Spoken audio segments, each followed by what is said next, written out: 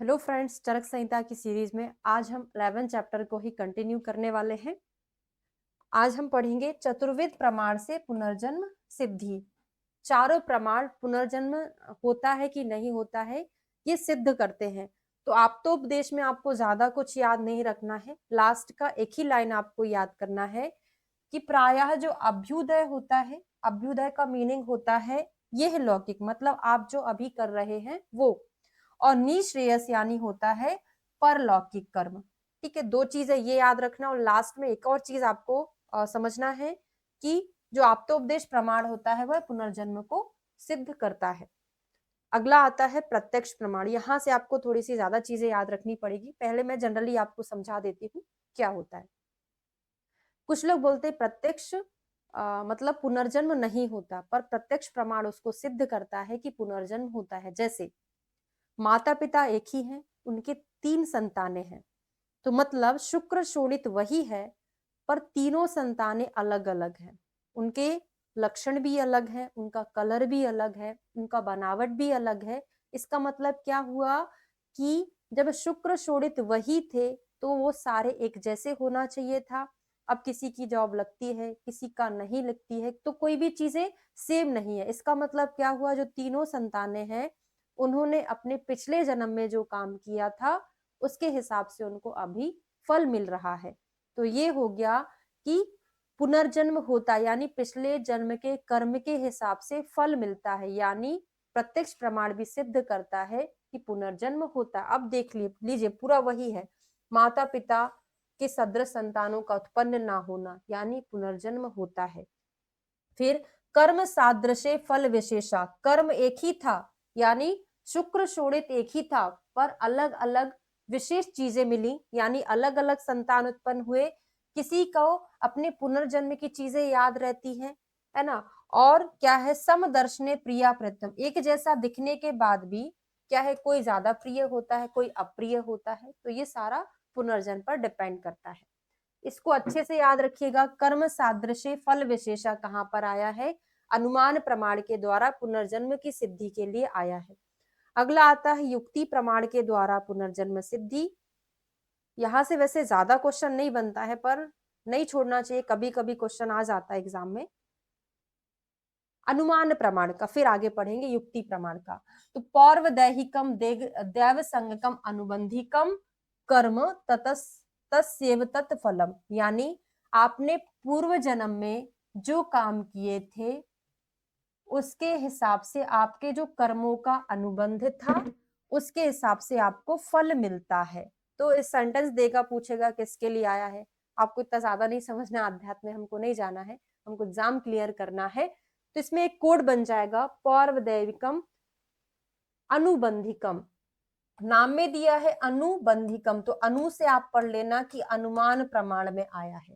ठीक है, अगला आता है युक्ति प्रमाण।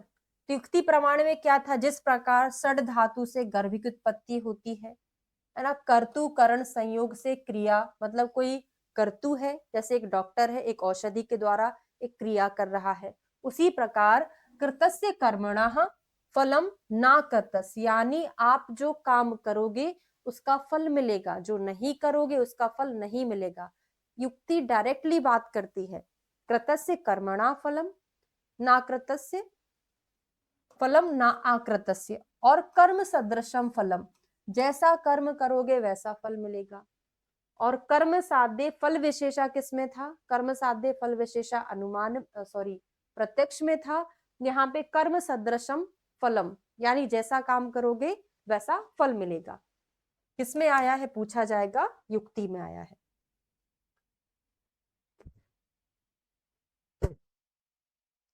ठीक है, तो 4 प्रकार के प्रमाण से पुनर्जन्म सिद्ध हो गया है। अब आते हैं अष्टत्रिक।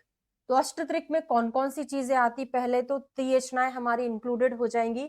उसके बाद 3 प्रकार के उपस्तंभ पढ़ेंगे, 3 बल पढ़ेंगे, 3 आयतन पढ़ेंगे, 3 प्रकार के रोग मार्ग पढ़ेंगे, 3 रोग, 3 प्रकार के रोग मार्ग, 3 प्रकार के भेषज और 3 प्रकार की औषधि।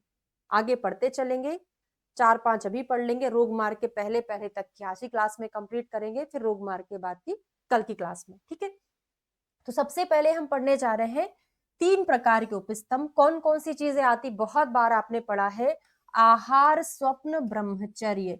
याद रखिएगा, ब्रह्मचर्य की जगह आ से अष्टांग ने अपना आ जोड़ के आ ब्रह्मचर्य बता दिया, यानी उनका तीन उपस्तंभ में आ जाएगा, आहार, स्वप्न और आ ब्रह्मचर्य। और तीन स्तंभ कौन है, ये तो उपस्तंभ है, तीन स्तंभ होते हमारे शरीर के, वात, पित्त और कफ। ठीक है, अब ये तीन होते, इनके बाद क्या क्या डिटेल है, कोई भी एग्जाम में कभी नहीं पूछा गया है, तो इतना ही आपको पढ़ना है, ज्यादा डिटेल पढ़ना ही नहीं है। अगला आता है तीन प्रकार के बल। कौन कौन से बल होते हैं, सहज, कालज, युक्तिकृत। यहां से डिटेल पूछा जाता है। सहज बल क्या होता है, जो हमारे शरीर में हमको सहज ही मिलता है, जैसे क्या है, शरीर सत्यो प्राकृता, हमारा जो मन का बल है, हमारी प्राकृतिक अवस्था में हमको जो मिला हुआ है जन्मजात, वो बल कहलाता है सहज। यानी सहज बल उसे कहते हैं जो शरीर और मन के अनुसार स्वाभाविक रूप से हमें मिला होता है।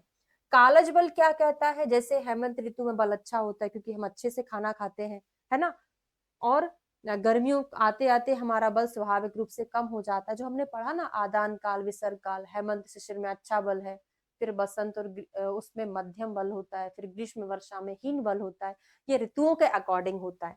तो कालज बल उसे कहते हैं जो ऋतुओं के विभाग के अनुसार बाल, युवा और वृद्धावस्था के अनुसार होता है। एक तो ऋतुओं के विभाग के अनुसार हो गया, दूसरा बाल्यावस्था, युवावस्था, वृद्धावस्था के हिसाब से होता है। दो प्रकार से काल को डिवाइड कर सकते हैं। तीसरा होता है युक्तिकृत। युक्तिकृत यानी आप उसे कहते हैं कि आप पौष्टिक आहार खाने के बाद या फिर आप जो भी औषधियां उनको लेने के बाद अपना बल बढ़ाते हैं, वो कहलाता है युक्तिकृत। तो युक्तिकृत पुनर् आहार चेष्टा योगजाम, यानी पौष्टिक आहार, व्यायाम आदि चेष्टाओं के सेवन से जो होता है वो युक्तिकृत कहलाता है। तो हमने दो चीजें पढ़ ली हैं। तीसरा आता है, तीसरा त्रिक आता है त्रि आयतनानी, यानी तीन प्रकार के आयतन होते हैं। कौन कौन से, अर्थ, कर्म और काल। इन सभी का अयोग, अतियोग, मिथ्यायोग, अयोग, अतियोग, मिथ्यायोग, अयोग, अतियोग, मिथ्यायोग होना रोग का कारण होता है। ठीक है, समझ लिए। वैसे सूत्र स्थान के फर्स्ट चैप्टर में मैंने आपको पढ़ाया था त्रिविध रोग आयतन, रोगों के तीन आयतन यहाँ पर कौन कौन से हैं, आपका होमवर्क है, डायरी में लिख लीजिएगा। सूत्र स्थान में मैंने जो रोगों के तीन आयतन बताए थे वो आपको यहाँ पर लिखना है और कमेंट करके मुझे आंसर देना है। ठीक है, देखो जो मैं पढ़ाती हूँ कुछ चीजें बीच में पूछती हूँ तो मेरा एक हक बनता है कि पूछू, और आपका एक जवाबदारी रहती है, जिम्मेदारी रहती है कि आपको उसका आंसर देना चाहिए। मतलब मैं ऐसा मानती हूँ, वो फिर आपके ऊपर डिपेंड करता है। ठीक है ना। तो तीन प्रकार के आयतन में अर्थ, वही देख लो क्या क्या था, अर्थ, कर्म और काल। अर्थ, कर्म, काल, वैसे वहां पर भी ऐसे ही है लेकिन थोड़ा सा टर्मिनोलॉजी चेंज है, बाकी मीनिंग वही होता है फर्स्ट चैप्टर में जो आपने पढ़ा था। अगला आता है, अब ये उसी के संदर्भ में है, दूसरा त्रिक नहीं है। तत्रेकम स्पर्श नेन्द्रियम इंद्रियाणानि इंद्रिया व्यापकम, सर्व व्यापक इंद्रिय का क्वेश्चन आता है। सर्व व्यापक इंद्रिय यानी सभी जगह पाए जाने वाले इंद्रिय स्पर्श नेन्द्रिय होती, आंखों में भी वही, कान में भी वही होती है। पर श्रेष्ठ इंद्रिय पूछे, सर्व व्यापक इंद्रिय कौन सी है, स्पर्श नेन्द्रिय, और आपसे पूछा जाए श्रेष्ठ इंद्रिय कौन सी है, तो श्रेष्ठ इंद्रिय हमारी होती है चक्षु इंद्रिय। चेता समवायी बहुत इंपॉर्टेंट है, आपकी स्पर्श नेन्द्रिय का आपके मन के साथ समवायी संबंध होता है। चेता समवायी स्पर्श नेन्द्रिय के लिए आया है, यानी मन के साथ समवायी संबंध, यानी आपका मन अगर आपके स्पर्श नेन्द्रिय के साथ है तो आपको ज्ञान होगा, अगर आपका दिमाग कहीं और है, आपको कोई स्विच उभा रहा तो आपको फील ही नहीं होगा। ठीक है, तो समवायी संबंध इसमें होता है। और क्या है, साथ में अर्थ उपशयार्थ, सात्म को उपशय भी कहा है, ये अलग टॉपिक है, उससे कोई रिलेटेड नहीं है, पर एक बार वो तो आप विमान स्थान के पहले चैप्टर में भी पढ़ोगे, साथ में ही उपशय है, ऐसे करके आएगा। अगला आता है कर्म का मिथ्या युग। अब ये यहाँ से डिटेल नहीं पढ़ना, कर्म काल, कर्म का मिथ्या युग क्या होगा, बहुत ज्यादा भाग दौड़ गए आप तो कर्म का अतियोग हो गया, नहीं बिल्कुल बैठे रह रहे हो तो कर्म का अयोग हो जाएगा। ठीक है, तो ये सारी चीजें इसमें आती हैं, यहाँ से कोई डिटेल नहीं पूछा जाएगा। अगला हम पढ़ेंगे श्लोक नंबर 41।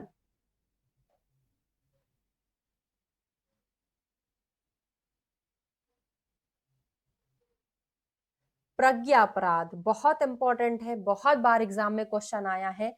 प्रज्ञापराध किसे बोलते हैं? त्रिविध विकल्पम त्रिविधमेव कर्म, उसको उसके कॉम्बिनेशन को हम प्रज्ञापराध बोलते हैं। त्रिविध विकल्प मतलब क्या होता है? अतियोग, अयोग, मिथ्यायोग प्लस त्रिविध कर्म मतलब क्या होता है? वाणी, मन और शरीर से किए जाने वाले कर्म, इन दोनों के कॉम्बिनेशन को प्रज्ञापराध। तो त्रिविध कर्म प्लस त्रिविध विकल्प का जो योग है वो प्रज्ञापराध कहलाता है। आगे जाके मैं आपको शारीर स्थान में पढ़ाऊंगी फर्स्ट चैप्टर में कि जो प्रज्ञापराध होता है उसमें धी धृति स्मृति का भ्रष्ट हो जाना होता है ना, धी धृति स्मृति भ्रष्ट हो जाती है और संसार में ऐसा कोई अशुभ काम नहीं है जिसको आप ना करें, मतलब सारे अशुभ काम करते हैं, उसको प्रज्ञापराध बोलते हैं। और उसी से क्या होता है? सर्व दोष का प्रकोप होता है। ये हम आपको शारीर स्थान के फर्स्ट चैप्टर में पढ़ाएंगे, बहुत इंपॉर्टेंट है। काल का अतियोग नहीं पढ़ना है, काल को परिणाम कहते हैं। ये तो आप कहाँ पढ़ोगे? विमान स्थान के फर्स्ट चैप्टर में पढ़ोगे, है ना, आएगा वहां पर। रोग और आरोग्य का कारण, ये इंपॉर्टेंट है। रोग और आरोग्य का कारण क्या है? वही असात्म इंद्रिया संयोग, प्रज्ञापराधुर परिणाम, ये तीन और त्रिविध विकल्प यानी अतियोग, अयोग, मिथ्यायोग रोग की उत्पत्ति में कारण होते हैं और यदि संयोग हो जाए तो आरोग्य के कारण होते हैं। तो रोग और आरोग्य का कारण क्या है? रोग का कारण पहले असात्म इंद्रिया संयोग, प्रज्ञापराध परिणाम प्लस त्रिविध विकल्प, ये रोग का कारण है। अगर ये सम हो जाएंगे तो आरोग्य का कारण है। तो ये भी एग्जाम में पूछा गया क्वेश्चन है, बहुत इंपॉर्टेंट है। युक्ति ही सर्वोपरि है, तो सभी भावात्मक पदार्थों का होना और ना होना बिना सम्यक योग, अयोग, अतियोग, मिथ्यायोग के नहीं दिखाई देता, क्योंकि सभी भावात्मक और अभावात्मक पदार्थ अपनी अपनी युक्तियों की अपेक्षा करते हैं। अब आते हैं त्रिविध रोग। आचार्य चरक के अनुसार अगर आपसे पूछ ले कि रोग कितने प्रकार के हैं, आंसर यहीं से लगेगा। तो यहाँ पे हमने जितने भी ट्रिक पढ़े हैं और पढ़ेंगे आगे जाके, तो सारे भेद यहीं से लगेंगे, तीन तीन वाले। बाकी का कहाँ से लगता है? अष्टोदरी अध्याय सूत्र स्थान के 19वें चैप्टर से। तो नाम बताओ कौन कौन से रोग हैं? तो नाम हमारा कोड है, एन फॉर निज, ए फॉर आगंतुज, एम फॉर मानस। निज, आगंतुज, मानस, ये तीन प्रकार के रोग इन्होंने बताए हैं। इनमें से जो निज रोग होते हैं वो कैसे होते हैं?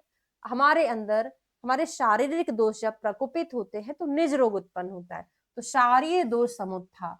आगंतुज रोग क्या होता है? भूत, विष, वायु, अग्नि आदि संप्रहार आदि से जो रोग उत्पन्न होते आगंतुज कहलाते हैं। और मानस रोग कैसे उत्पन्न होता है? मन के भाव जैसे लाभ, हानि, इन सभी चीजों के अंदर, है ना, शोक है, भय है, इन सभी के कारण जो रोग उत्पन्न होता है वो मानसिक रोग कहलाता है। तो त्रिविध रोग हो गया। अगला है मानस रोग की चिकित्सा, इधर से नहीं पढ़ना है।